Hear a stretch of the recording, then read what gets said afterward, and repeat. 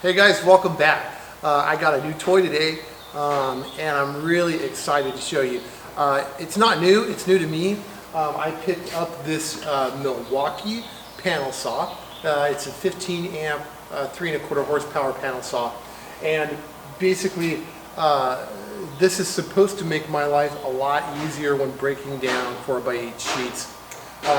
We break down about 40 sheets a week. It takes me about 2 hours to completely break down 6 sheets to turn into cabinet bases. So when you do the math, 6 into 40, I mean that's a good 25% of my week right there just breaking down large sheet goods. So what I'm hoping is that this panel saw is going to speed things up. Now, like I said, this is used. This panel saw is about 6 years old. You can still get it, and it still looks pretty much the same from Milwaukee. This one came with the dust collection system here with the shroud, which I hear is or which I believe is an extra unit, and it also came with the extensions for the bottom so that you can much easier cut 4x8 sheets while sliding them on these rollers here. Since this is used, the first thing I want to do is I want to put a good blade on here. Since we're making cabinets, I'm going to use this, I love Diablo blades. I'm going to use this 60 tooth ultimate plywood, or actually fine finish blade. This is an 8¼ inch blade. So not your 7¾ or 7¼ that you get on a circular saw. This is 8¼ inch. And so let's go ahead and first replace the blade in this. Alright, so the blade looks pretty easy to replace. I'm just going to remove these 2 thumb screws from the top here to remove this dust collection shroud. And then there's one at the bottom as well. This arbor nut here, arbor bolt, is a 9/16. So I'm just going to go ahead and remove this. Take visual notice of the direction of the teeth here. The direction of the teeth on the top is going away from me. So when I put the new blade on, I'll put it in the same direction.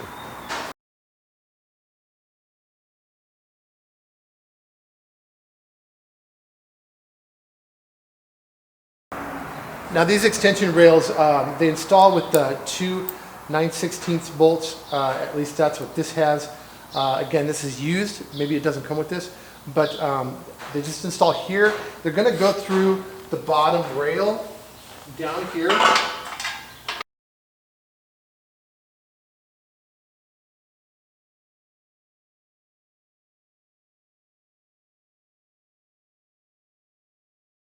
Alright, so if you've been in woodworking for any time at all, you know that getting your saw set up right the first time is really half the battle.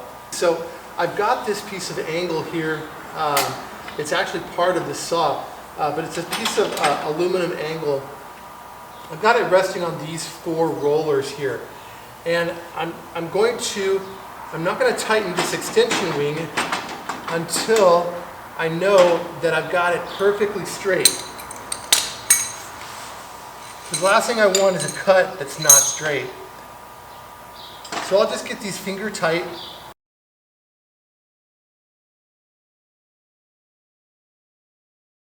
And I know it's straight when I've got all 5 rollers moving as I'm sliding this across. So this side's good.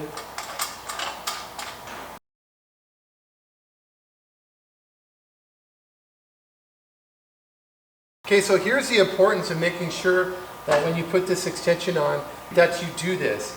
So I'm touching all 4 rollers here on my straight edge, or on my angle. But here on the end, I've got a good 1/4 inch drop in this roller over here, which that's going to cause me problems down the line cutting long sheets of ply. So I'm just going to lift this up and kind of hold it in place for now.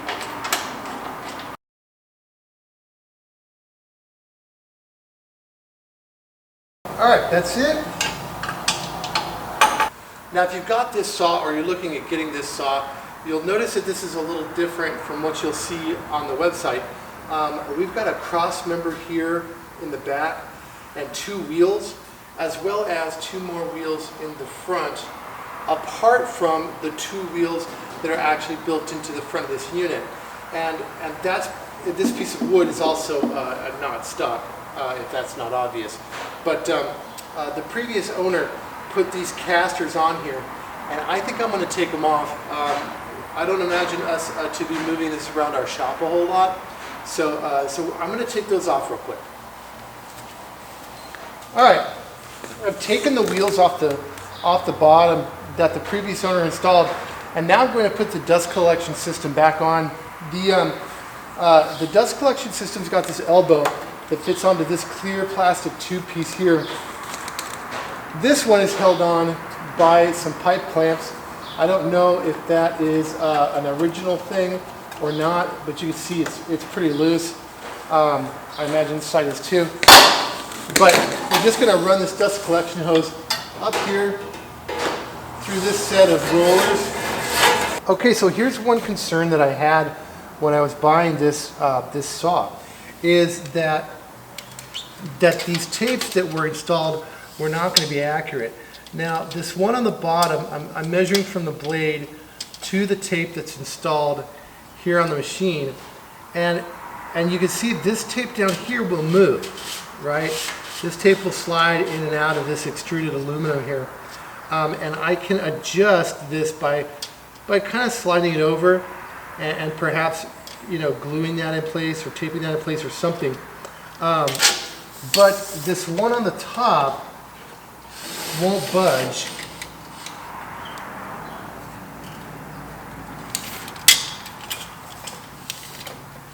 And we're good, like I said before, we're a good 3/8 of an inch off on this top tape. I'm at 17 here, and the top tape is reading 17, 3/8 of an inch over. And that's just not acceptable. But the bad news is that this red piece here does not seem to have any play in it. Even if I unscrewed it, I don't think I can get this to slide over 3/8 of an inch. And I can't get this tape to move. So I'm going to have to try and risk something here, I think, because it's the only way I can see getting this thing down that way is to try and somehow get this tape out and get it reinstalled. I'm even going to have to cut off a little bit here, I think, because I don't have 3/8 of an inch here on this end to play with. Now I'm trying to figure out if something has gone wrong on this machine to do this, but everything is welded together. These vertical supports are welded to the horizontal supports. Everything is kind of everything is very static, not a whole lot of movement. Okay, so I'm hesitant to do this because I really don't want to screw this up, but I don't think I have any choice. I think I'm going to have to try and take this tape out and reinstall it in the right location. But that means first I'm going to have to mark this this anodized aluminum piece here exactly where I need it to be before I take this out and reinstall it. So let's do that. I'm just going to pick an arbitrary number out here, say 18 inches. I'm going to bring my saw blade down.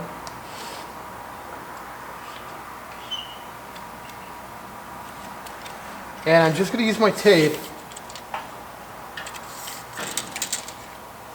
and measure to the blade at 18 inches. And I'm going to mark this anodized aluminum right here.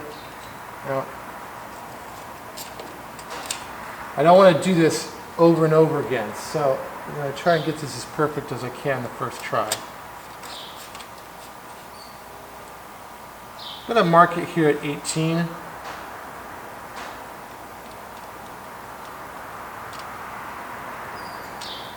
And that is perfect. That's on the money at 18. You can see that the tape, we're at 17 and 5/8. So I'm gonna have to, I don't know. Let's see if we can take this out without doing too much damage to it.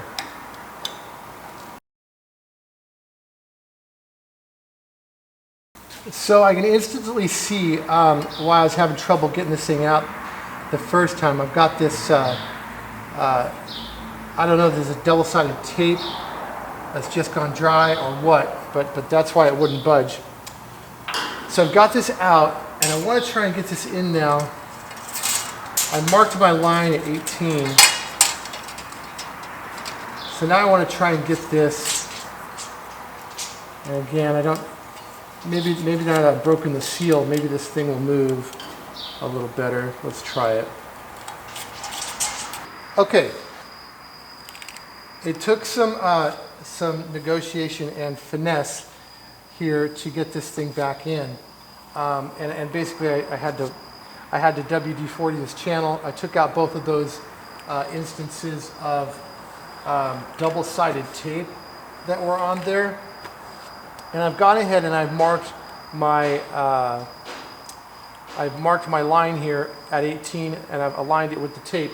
So we'll just drop the blade down.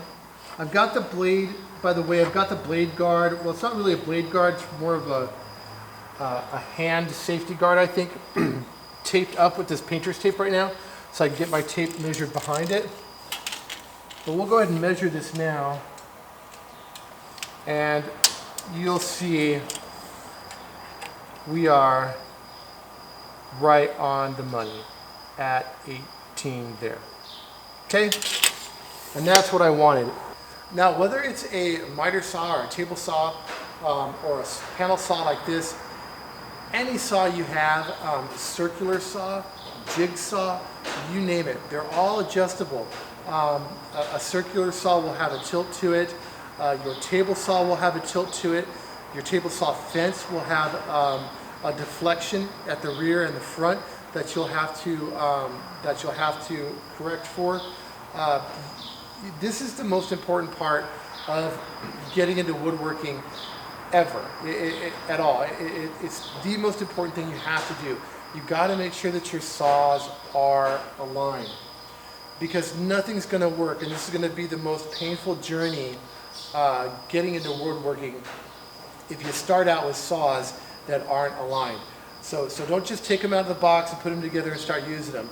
You've got to go through the steps, hour, 2 hours, whatever it takes, to get everything flat, everything perfectly aligned, everything at 90 degrees. And I think I have that done here now.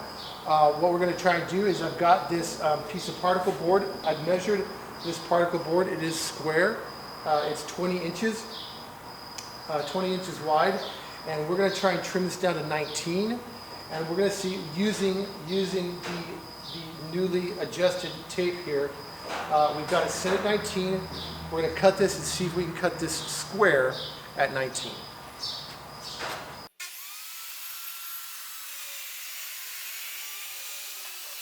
Here's my particle board. I made sure that it was sitting flush on the rollers at the bottom. You would never cut something this small on a panel saw. This is just a test. But let's see how we did. So here at the top I've got, I don't know if you can see it, I've got 19 inches exactly. Come to the bottom, 19 inches exactly. We are right on the money. So now I know that this panel saw is perfectly aligned, perfectly square. Okay, here's the big question, the $60,000 question is, did I make a good investment in buying this machine, or do I just like to spend money? So in order to do that, I had to time myself. I had to time myself cutting a panel, a 4x8 panel the old way, and then time myself again cutting a 4x8 panel on this new machine. And I cut the same cabinet bases off of both, for both sheets, so that we'd have the same thing. And ultimately, once all the math is done, the old way took me basically 6 minutes and 58 seconds to use my track saw or my edge guide and circular saw to cut down that sheet. It was 3 cuts on both these machines. It was 3 cuts. No, I lied. It's no, that's right. 3 cuts. 3 cuts, and I ended up with 4 pieces. And you can kind of see why it takes so long. On the other one, on the old way, you know, I'd have to measure, mark, set my guide, and then cut, move it, put my shims underneath it, mark, set the guide, cut, move my shims, and do it again. And so that process was taking me 6 minutes, 58 seconds for a single sheet of ply. Then I moved over to this machine, and I cut it on this machine, and really all I had to do was set it up here, slide it over to the mark, cut it, slide it again, cut it, slide it again, cut it. No marking, no clamping, no reaching over, no moving shims or spacers underneath my sheet because I was cutting it flat on a workbench. So basically that cut my time down to 1 minute and 27 seconds for a 4x8 sheet of plywood, which for me is huge. Again, I'm cutting anywhere from 40 to, I mean, depending on the time of year, 40 to 80 sheets of plywood a week. I just used 40 to do this math, and basically 40 a week would take me 4.6 hours of actual work time. Okay, that's actual work time. 4.6 hours to cut 40 sheets or to break them down. Now using the new method or using this saw, we're talking 1 hour, 1.26 hours, or 1 hour and 15 minutes to cut down those 40 sheets. Now, is it a good investment? Well, that's a savings of basically, 3 hours and 15 minutes. Let's just call it 3 hours. It's a savings of 3 hours a week. So times 52 weeks a year, that's 156 hours. So I paid $1,200 for this machine. I pay my shop hand $15 an hour. So if I were to pay for that extra time for my shop hand, you know, what is the math on that? That's $15 an hour times an extra 156 hours worth of work. So I would have paid somebody $2,300 in 1 year's time. I would have paid somebody $2,300 to do all those cuts, or that extra time making all those cuts. Where now I got this machine for $1,200, so I'm in the black.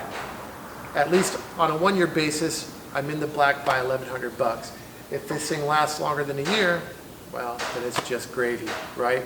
So the other benefits are that I don't have to cut this flat on one of my workbenches anymore. So now I've got a free workbench while we're cutting, while we're breaking down ply. I now have another workbench that somebody can use that can be doing assembly or trim or hardware, and that's a big deal. I don't have a huge shop here. We've only got 3 4x8 workstations, and whenever we're breaking down ply, that takes us down to 2, and it's a real bottleneck. So we no longer have to do that. The other benefit is I can take this, I'm going to move this panel saw right over to where our shipment of wood comes in and where we put the pallets down, the ply pallets, so that we can just go from the ply pallet right onto this machine, cut them, and we're done. We send it right onto the table saw. So that's a plus as well. Being able to speed this process up, because we do everything in batches, it's going to be a major game changer for us, because, you know, again, you know, I say 40 a week. Let's just call it 8 a day. That is 16 minutes worth of cutting on this machine, and then trimming down on the table saws, probably another 45 minutes. So basically we're talking about an hour to cut through 8 sheets, which is huge, because I generally get 2 cabinet bases out of each sheet. And so that means that I can I can cut basically 16 cabinet bases in the first hour that we're here every day. And that gives me the next 7 hours to assemble and trim and all those things. Whereas before, this would have eaten up, just cutting this part, trimming down or breaking down the 4x8s would have taken me an hour. And then it would be onto the table saw, and that would have taken me another 45 minutes to an hour. So I freed up quite a lot of time, and that's going to help as well. It's going to help us get throughput going through this shop a lot faster. I hope you guys enjoyed this video. If you have any questions about this machine, I didn't go terribly in depth into this machine because this machine is 6 years old. And I was looking at the ones that are for sale now, and they're quite a bit different.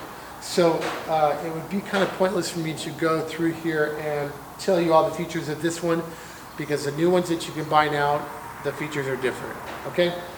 But at least from an efficiency standpoint, this thing rocks. So hope you liked the video. If you have questions about this unit, put them in the comments below. If you have questions about anything else, put them in the comments below. Please hit subscribe. We love having you guys. We love your comments. We love your engagement. And we hope to see you next time. Take care.